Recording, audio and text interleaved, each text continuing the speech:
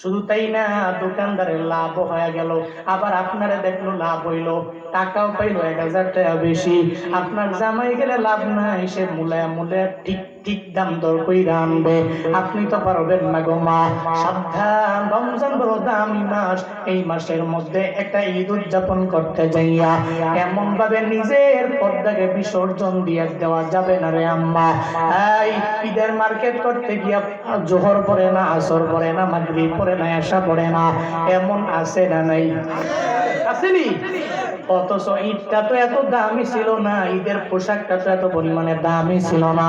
ঈদের পোশাক না কিনলেও ঈদ উদযাপন হবে। এক ওয়াক্ত জোহরের নামাজে আপনার কাজা হয়ে গেল, এক ওয়াক্ত আসরের নামাজ কাজা হয়ে গেল, এক ওয়াক্ত মাগরিবের নামাজ কাজা হয়ে গেল। আল্লাহর কসম করে বলে গেলাম, সারা দুনিয়া সারা জীবনের সমস্ত ঈদের নামাজ এক পাল্লায় দেন, আর একটা পাল্লায় যদি আপনার জোহরের নামাজটা দেন রে বাপ, একটু বলেন না জোহরের নামাজের পাল্লা ভারী হবে না হালকা হবে?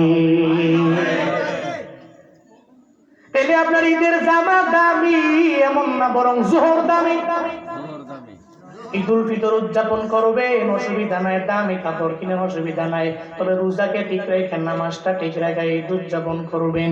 আল্লাহর দরবারে একটু কাইন্দা নিবেন, এই রাতগুলো চলে যাইতেছে রে বাপ, যেই রাতের বেলা আল্লাহ বহু মানুষের মাফ করে দেয় রে বান্দা।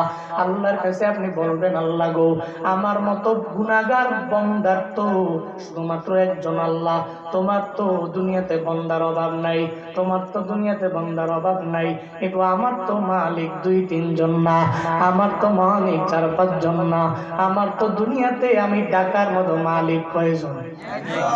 একজন। একমাত্র আমার আল্লাহ, আমার একমাত্র আল্লাহ তুমি, তোমার বান্দা ডাকার মতো বান্দার অভাব নাই। আল্লাহ গো, কদরের রাতে যদি তুমি আমারে মাফ করে দাও, তাহলে তোমার বিন্দু মাত্র পরিমাণ লস হবে না।